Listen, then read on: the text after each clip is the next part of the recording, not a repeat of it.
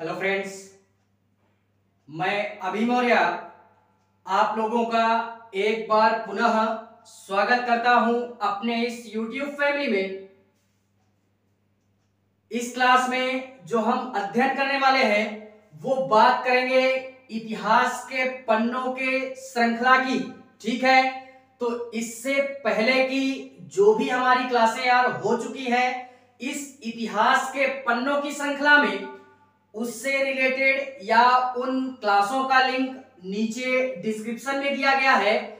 वहां से जाकर के आप सहजता पूर्वक उन सारी क्लासों को क्या कर सकते हैं, अटेंड कर सकते हैं। ठीक है, बाकी आप लोगों को और सहजता महसूस हो इस कारणवश प्लेलिस्ट भी बनाई गई है, तो उस प्लेलिस्ट के माध्यम से भी आप क्या करते हैं, पूरी सहजता के साथ में क्लासों को बकायदा अटेंड कर सकते हैं। ठीक है, बाकी आज जो हम बात करेंगे वो इसी इतिहास के पन्नों की श्रृंखला में जो हमारी नई तारीख होगी वो तारीख होगी हमारी 29 अगस्त की। ठीक है, तो इससे पहले की क्लास अटेंड कर लीजिएगा एंड तत्पश्चात आकर के इस क्लास में अपना सारा माहौल गर्म कीजिएगा। ठीक है, तो दिल थाम के बैठते हैं और देखते हैं बाकायदा क्लास को एंजॉय करते हुए और इन सारी घटनाओं का आनंद लेते हुए हम क्लास को स्टार्ट करते हैं। ठीक है, देखते हैं 29 अगस्त के इतिहास में जो भी हमारी महत्वपूर्ण घटनाएं घटी, जो कि बाकायदा इतिहास के पन्नों में आज दर्ज होकर के रह गई। ठीक है, तो देखते हैं 29 अगस्त के इतिहास को।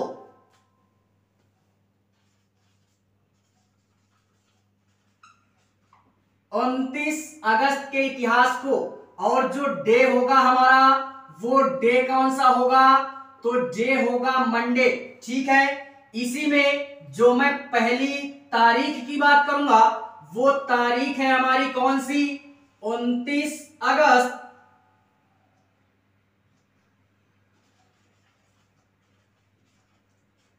1905 की बात करते हैं। 29 अगस्त 1905 की जो तारीख है ये बाकायदा इतिहास के पन्नों में अपनी एक अलग पहचान के साथ में दर्ज होकर के रह गई हमेशा के लिए। ठीक है, तो 29 अगस्त 1905 को हमारे यार बहुत ही मतलब महान योद्धा या महान सैनिक के तौर पे जाने जाते हैं, या सॉरी मतलब सैनिक नहीं, हमारे मतलब एक बहुत ही महान हॉकी के खिलाड़ी जिनका नाम था मेजर ध्यानचंद्र। उनका क्या होता है यार, मेजर ध्यानचंद्र का हमारे क्या होता है, जन्म होता है। कब होता है, 29 अगस्त 1905 में। और कहां पे होता है, तो ये यार होता है प्रयागराज में। कहां पे, प्रयागराज में। देखते हैं इसी 29 अगस्त के इतिहास में मेजर ध्यानचंद्र का क्या होता है, जन्म होता है। मेजर ध्यानचंद्र, इनका यार क्या होता है, जन्म होता है। और कहां पे होता है, तो ये प्रयागराज में होता है।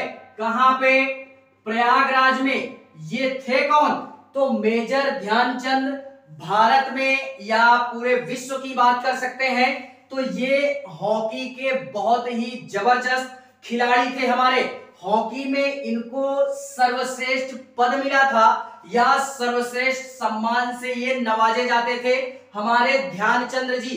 ठीक है, इन्होंने अपने करियर की जो शुरुआत की थी वो शुरुआत की थी यार हमारी ब्रिटिश भारतीय टीम थी उस समय, यानी 1905 के समय में ब्रिटिश भारतीय टीम थी हमारी एक, जिसको हम लोग ब्रिटिश भारतीय रेजिमेंटल टीम के नाम से भी जानते हैं। तो उस टीम के माध्यम से इन्होंने क्या किया था कि अपने करियर की शुरुआत की थी। और इतना ही नहीं यार, करियर की शुरुआत करने के पश्चात ये जो ध्यानचंद्र है ये यार क्या करते हैं कि लगातार 3 बार भारतीय टीम को हॉकी के खेल में या हॉकी की जो ओलंपिक प्रतियोगिता थी उसमें यार लगातार 3 बार ओलंपिक स्वर्ण पदक भारतीय टीम को जो जिताने का श्रेय जाता है वो मेजर ध्यानचंद को ही जाता है।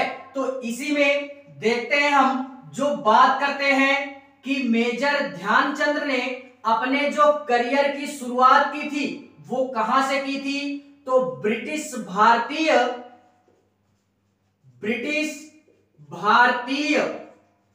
रेजिमेंटल, क्या बोलते हैं, रेजिमेंटल हॉकी टीम के नाम से भी जानते हैं। क्या बोलते हैं, हॉकी टीम के नाम से जानते हैं। यहीं से इनके करियर की शुरुआत हो जाती है और महज 20 साल की उम्र में इन्होंने अंतरराष्ट्रीय स्तर पे क्या किया था, इस हॉकी खेल की शुरुआत इन्होंने की थी और लगातार 3 बार भारतीय टीम को ओलंपिक प्रतियोगिता में ओलंपिक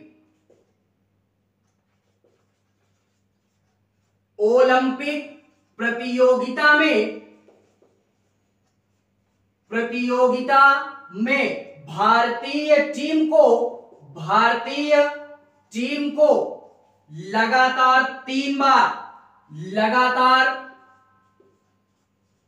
3 बार क्या किया था, स्वर्ण पदक जिताने का जो श्रेय जाता है वो मेजर ध्यानचंद को ही जाता है। और वो जो ओलंपिक प्रतियोगिताएं हमारे हुई थी उनमें जो स्वर्ण पदक हासिल हुआ था भारतीय टीम को हॉकी के खेल के लिए, वो ओलंपिक प्रतियोगिताएं हमारी कौन कौन सी होती हैं, तो एक हमारी है प्रतियोगिता 1928 में जिसको हम लोग क्या बोलते हैं, एम्स्टर्डम ओलंपिक प्रतियोगिता के नाम से भी जानते हैं। एम्स्टर्डम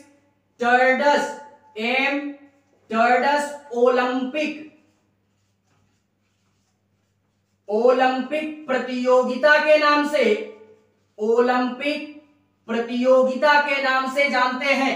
पहला ओलंपिक ये था हमारा जिसमें स्वर्ण पदक हासिल होता है भारतीय टीम को, एंड जो दूसरी प्रतियोगिता थी वो 1932 में होती है जिसको हम लोग क्या बोलते हैं, मतलब लॉस एंजलिस करके हमारा एक शहर आता है वहां पे होता है, क्या बोलते हैं,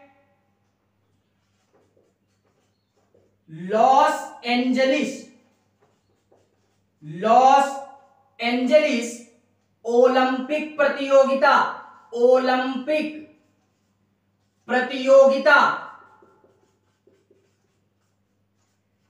दूसरी प्रतियोगिता हमारी ये होती है अंतरराष्ट्रीय लेवल पे, ठीक है।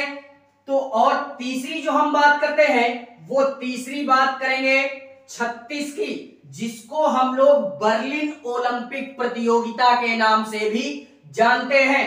क्या बोलते हैं, बर्लिन ओलंपिक प्रतियोगिता के नाम से भी जानते हैं। तो ये हमारी 3 ओलंपिक प्रतियोगिताएं होती है जिसमें मेजर ध्यानचंद क्या करते हैं, हॉकी के लिए मतलब लगातार 3 बार भारतीय टीम को स्वर्ण पदक हासिल कराने का जो श्रेय जाता है वो ध्यानचंद जी को ही जाता है।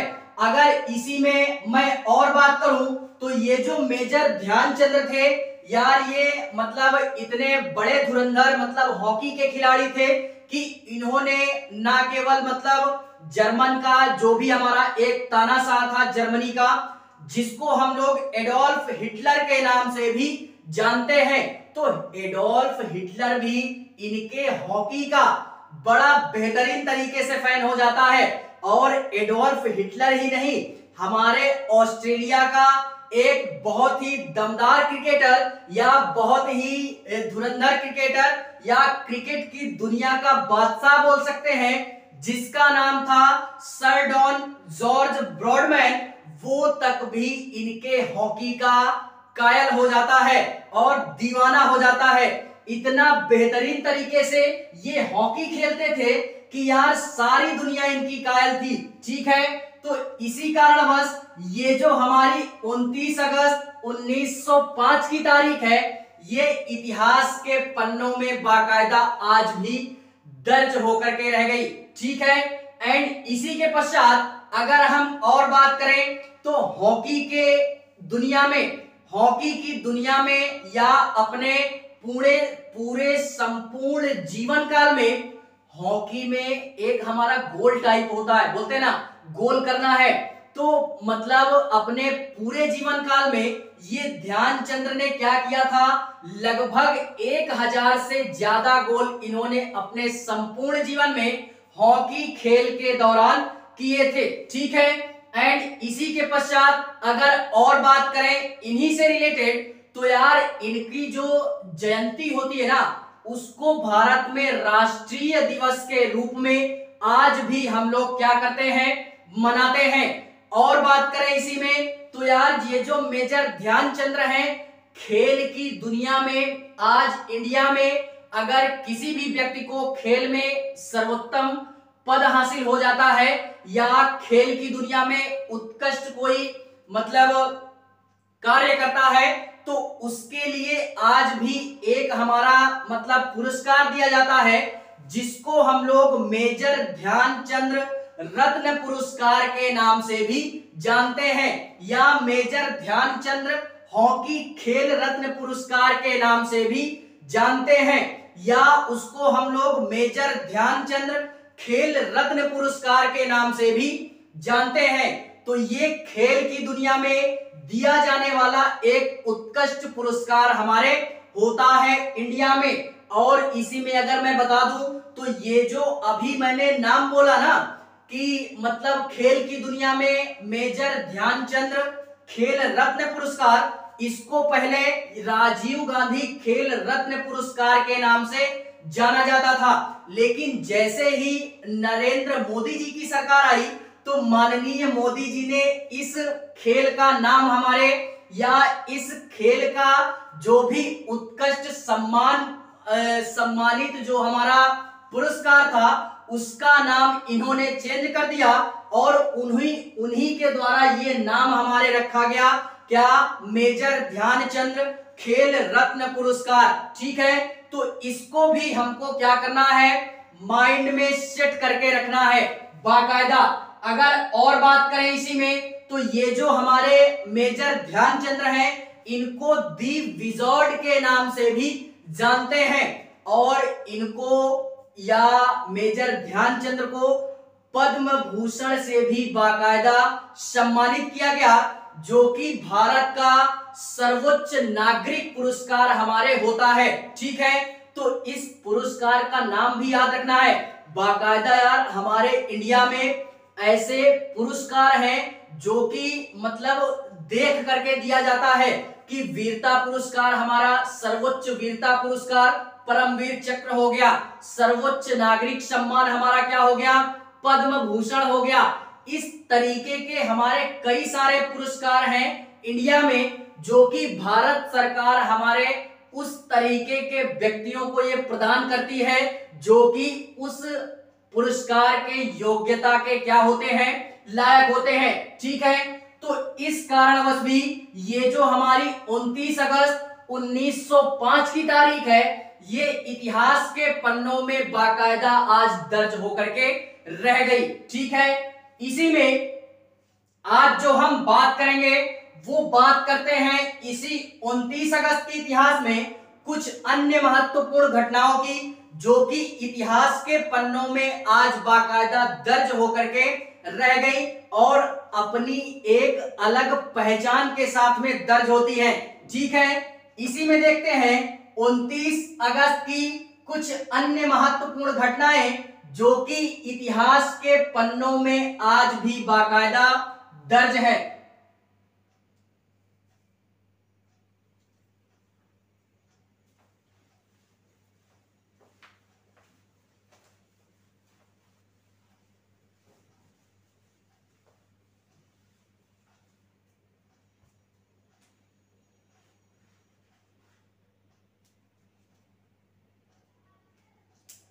देखते हैं इसी में 29 अगस्त 1949 की बात करते हैं। ये जो 29 अगस्त 1949 की तारीख है, ये भी अपने आप में एक महत्वपूर्ण तारीख है, जो कि बाकायदा इतिहास के पन्नों में आज दर्ज है। ठीक है, इस दिन हमारे अंतरराष्ट्रीय लेवल पे एक महत्वपूर्ण घटना घटती है, जो कि बाकायदा यार इतिहास के पन्नों में दर्ज होकर के रह गई। क्या होता है कि हमारा सोवियत संघ के द्वारा, क्या होता है कि सोवियत संघ के द्वारा पहली बार परमाणु परीक्षण हमारा किया जाता है। और यह जो परमाणु परीक्षण किया गया, ये कजाकिस्तान में किया गया। और इसकी शक्ति का परीक्षण करने के लिए हमारे जो सोवियत संघ के चीफ थे, उन्होंने क्या किया कि यार पहले मतलब कुछ बिल्डिंगें बनवाई जो कि खाली बिल्डिंगें थी, और उसमें इन्होंने इस परमाणु बम का क्या किया, परीक्षण किया। और इतना ही नहीं, इन्होंने वहां पे कुछ जानवरों के पिंजरों को भी रखवाया, जिससे इस परमाणु बम का सफल परीक्षण हमारे किया जा सके। और इतना ही नहीं, ये जो हमारा परमाणु बम था, ये एक बड़ा टाइप में था, यानी बहुत ही विशाल और बहुत ही सुविधाओं से लैस हमारा, या एक तरीके से बोल सकते हैं कि एकदम सारी चीजों से सुसज्जित था हमारा ये परमाणु बम। और इसको ये भी कहा जाता है कि अमेरिका का जो परमाणु बम है, उससे इसकी तुलना की गई है। और तुलना ऐसे की गई कि इसका मतलब सोवियत संघ का और अमेरिका का परमाणु बम जो भी है, वो अमेरिका के परमाणु बम से ज्यादा खतरनाक हमारा ये सोवियत संघ का परमाणु बम हमारे परीक्षण में साबित होता है। ठीक है, तो इस कारणवश ये जो हमारी 29 अगस्त 1949 की तारीख है, ये बाकायदा इतिहास के पन्नों में आज भी दर्ज होकर के रह गई, जिसका अध्ययन आप और हम बाकायदा इंजॉय के साथ कर रहे हैं। ठीक है, तो इसमें क्या होता है कि सोवियत संघ के द्वारा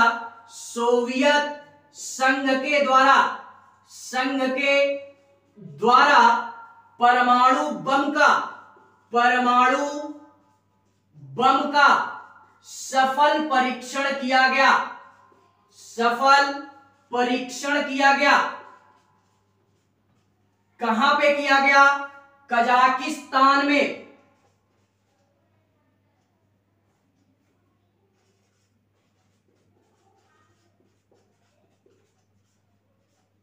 कजाकिस्तान में किया गया। और यार जो भी सारी चीजें पढ़ी, वो तो यार आप और हम क्या करते हैं, बाकायदा जानते हैं। बात करते हैं इसी 29 अगस्त के इतिहास में कुछ अन्य महत्वपूर्ण घटनाओं की, जो कि आपके लिए और हमारे लिए जानना आवश्यक है, और बाकायदा इतिहास के पन्नों में अपनी एक अलग पहचान के साथ में आज दर्ज होकर के रह गई। ठीक है, 29 अगस्त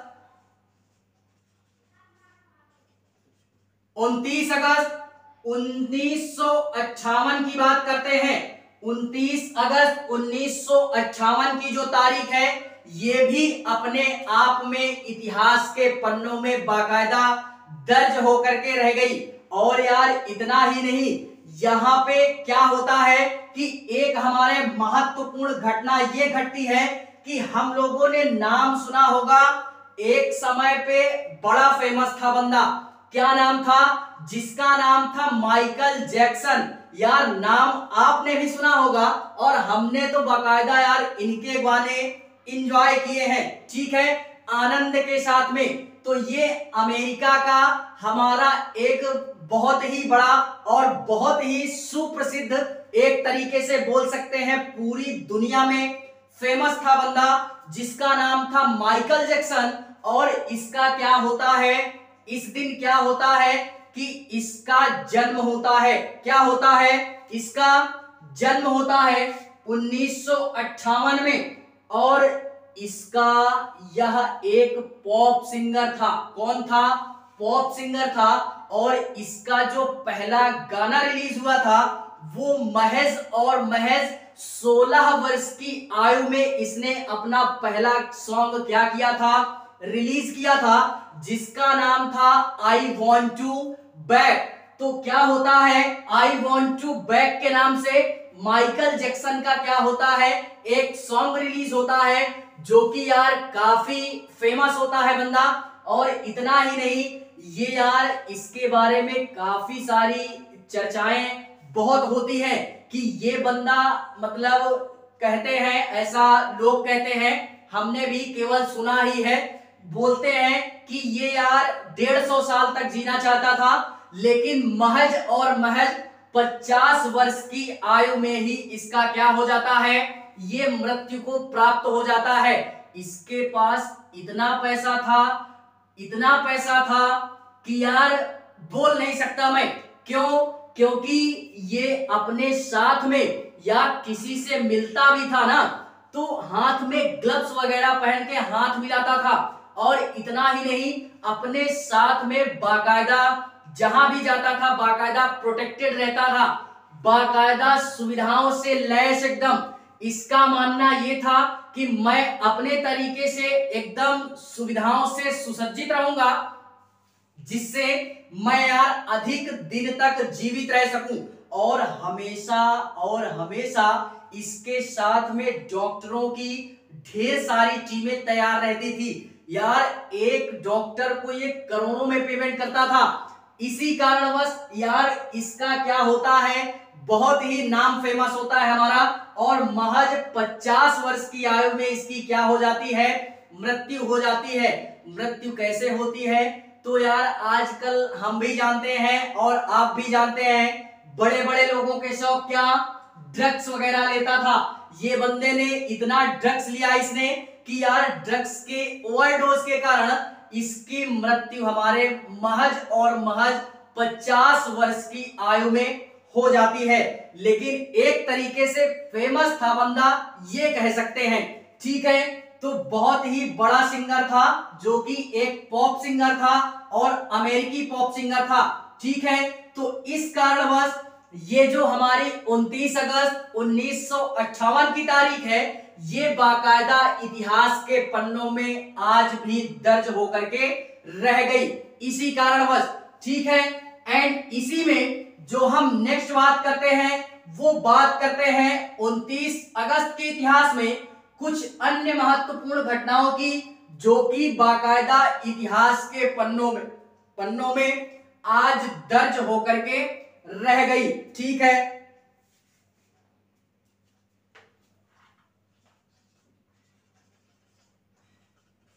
29 अगस्त 1997 या 98 दोनों बात करते हैं हम। 97 और 98 में यार क्या होता है कि हमारे क्रिकेट के दुनिया के, इंडिया के अंदर क्रिकेट के बेताज बादशाह हमारे, एक समय में इनका बहुत ही नाम चलता था क्रिकेट की दुनिया में, जिसको हम लोग मास्टर ब्लास्टर सचिन तेंदुलकर के नाम से भी जानते हैं। तो ये एक समय में इनका नाम चलता था हमारा क्रिकेट की दुनिया में। इन्होंने अभूतपूर्व प्रदर्शन किया और इसी क्रिकेट की दुनिया में अभूतपूर्व प्रदर्शन के लिए इनको यार, अभी मैंने क्या बोला था कि खेल की दुनिया में एक हमारा सर्वोच्च पुरस्कार होता है जिसको हम लोग मेजर ध्यानचंद खेल रत्न पुरस्कार के नाम से भी जानते हैं। तो 97 और 98 में सचिन तेंदुलकर को ये खिताब हमारे क्या होता है, प्राप्त होता है। क्रिकेट की दुनिया का बेताज बादशाह था हमारा। ठीक है, तो इसी में हम लोगों ने बात की कि इनको एक खेल पुरस्कार मिलता है जो कि मेजर ध्यानचंद खेल रत्न पुरस्कार के नाम से जानते हैं। इस खेल का पहले क्या नाम था, तो इस खेल का पहले नाम था, या खेल की दुनिया में जो हमारा पहले इस अवार्ड को दिया जाता था वो दूसरे नाम से दिया जाता था, जिसको हम लोग राजीव गांधी खेल रत्न पुरस्कार के नाम से जानते हैं। ठीक है, मोदी जी की सरकार आई तो सारा सिस्टम बदला, सारा माहौल बदला। तो इस खेल का जो हमारे सम्मान था या पुरस्कार था, तो मोदी जी ने इसको भी चेंज कर दिया। क्या कहना है? ठीक है, तो ये भी हमारा क्या होता है, सारा सिस्टम चेंज होता है। और सचिन तेंदुलकर हमारे ऐसे व्यक्ति हैं जिनको ये खेल रत्न पुरस्कार जो मिला था, ये 7वें व्यक्ति थे या 7वें ऐसे व्यक्ति थे जिनको ये खेल पुरस्कार हमारे मिला था। और इस पुरस्कार के अंतर्गत जो हमारा मतलब सिस्टम इनको प्राप्त होता है, वो यार प्राप्त होता है कि मतलब 1 लाख रुपए की इनको राशि दी जाती है, एक प्रशस्ति पत्र दिया जाता है और एक मेडल इनको इस खेल पुरस्कार के तहत प्राप्त किया जाता है या दिया जाता है। ठीक है, तो ये थी हमारी 29 अगस्त 1997 और 98 के मध्य में ये घटना हमारी क्या होती है, घटित होती है, जिस कारणवश इतिहास के पन्नों में बाकायदा आज दर्ज होकर के रह गई। ठीक है, तो इस डेट को भी हमको क्या करना है, बाकायदा याद करके रखना है। इसी के पश्चात हम जो नेक्स्ट बात करते हैं इसी 29 अगस्त के इतिहास में, वो है हमारी 29 अगस्त 2005 की बात करते हैं। 29 अगस्त 2005 की बात करते हैं। इस दिन क्या होता है कि अमेरिका के कैलिफोर्निया में, या एक तरीके से बोल सकते हैं अमेरिका के हमारा एक प्रांत पड़ता है, वहां पे यार हमारा एक तूफान आता है, बहुत ही भीषण तूफान, जो कि अगर उसको मतलब जो भी हमारे मानसून विशेषज्ञ हैं उनके द्वारा इस तूफान को मापा गया या मेजरमेंट किया गया, तो 4 स्तर का या स्तर 4 का हमारा ये तूफान था। इसमें यार कई सारे लोगों की जाने जाती है, लगभग 1300 लोग क्या होते हैं, मृत्यु को प्राप्त होते हैं और घायल होते हैं इस तूफान में। और इसी के पश्चात 150 बिलियन की संपत्ति अमेरिका में क्या होती है, वो हमारी नष्ट होती है। और इतना ही नहीं यार, इसकी या इस खबर की जानकारी मानसून जो भी विशेषज्ञ है उन्होंने यार 2 दिन पहले ही दे दी थी, लेकिन फिर भी इतनी सारी घटनाएं हमारे वहां पे इस तूफान के आने से क्या होती है, घटित होती है। देखते हैं उस तूफान का नाम क्या था हमारा,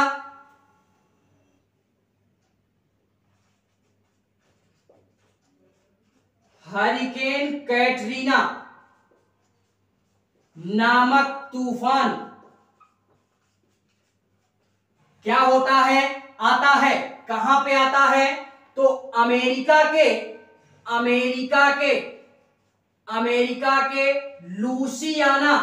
लुसियाना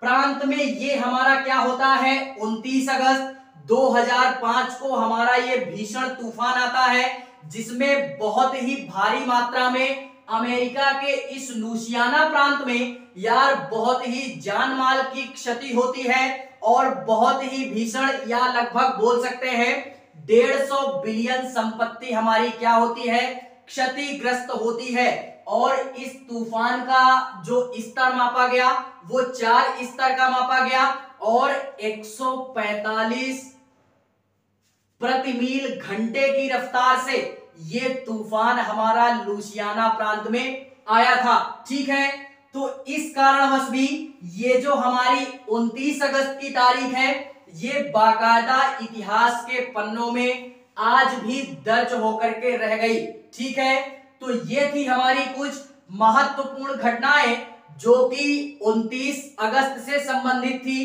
क्लास अगर अच्छी लगे तो लाइक करें, कमेंट करें और हाँ, चैनल को सब्सक्राइब जरूर करें। बाकी मिलते हैं इसी इतिहास के पन्नों की श्रृंखला में किसी नए दिन के इतिहास पे या किसी नई तारीख पे। तब तक के लिए जय